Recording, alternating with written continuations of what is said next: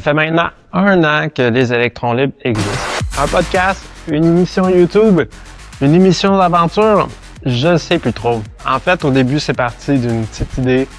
J'avais envie de starter un podcast. C'est ce que j'ai fait. Et nous voilà où on est aujourd'hui.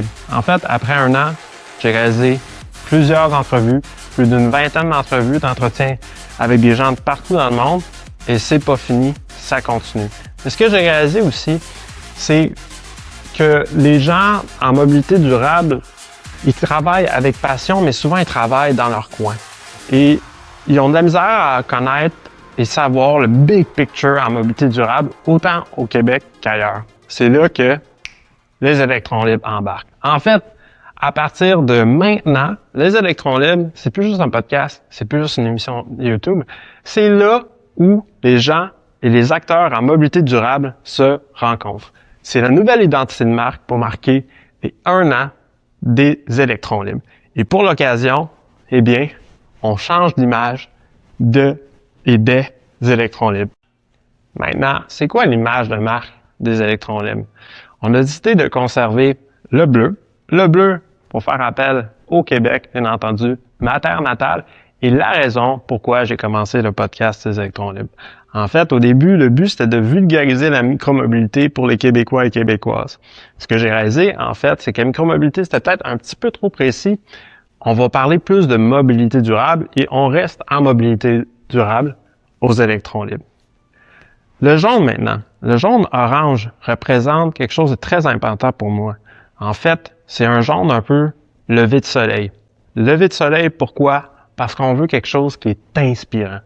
Je veux vous inspirer à travers les entretiens et les découvertes que je fais pour penser à aujourd'hui et aussi à demain. Et après ça, on a la route. La route, pourquoi? En fait, la route, c'est parce que, vous remarquez bien, elle ne contient aucune personne, aucun véhicule. C'est une route qui est vide. La raison est simple. C'est parce que la route appartient à tout le monde. Et là où on se rend compte, c'est dans le partage de la route. La place où que les gens et tous les types d'usagers se rencontrent, c'est sur cette route-là. Et c'est à cette place-là que je veux qu'on engage les discussions pour parler de la mobilité d'aujourd'hui et de demain, c'est-à-dire la mobilité durable. Ce que je désire amener avec les électrons libres, c'est aussi que la mobilité durable, c'est pas un sujet de rêveurs ou de gens avec une orientation politique bizarre. Non, la mobilité durable, c'est simplement un moyen de se déplacer dans l'ère moderne. C'est vivre son époque. C'est quoi les électrons libres? Les électrons libres, c'est aussi un lieu de rencontre. Pourquoi c'est un lieu de rencontre? En fait, ce que j'ai découvert lors de la dernière année, c'est qu'il y a beaucoup d'acteurs et d'actrices de la mobilité durable partout dans le monde. Mais le monde se parle pas, ils se connaissent pas. Et les électrons libres, ça devient l'endroit là où les gens et les actrices et acteurs de la mobilité durable se rencontrent. C'est le spot, the place to be.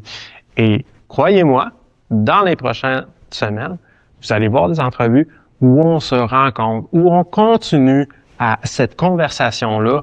Et ce qu'on veut aussi, c'est d'amener plus de gens autour de la table, plus de gens dans les podcasts, plus de gens dans les entrevues, puis plus de collaboration. Ce que je veux, en fait, c'est que les gens travaillent ensemble. Pourquoi? Parce que ensemble, on est plus fort, puis on va plus loin.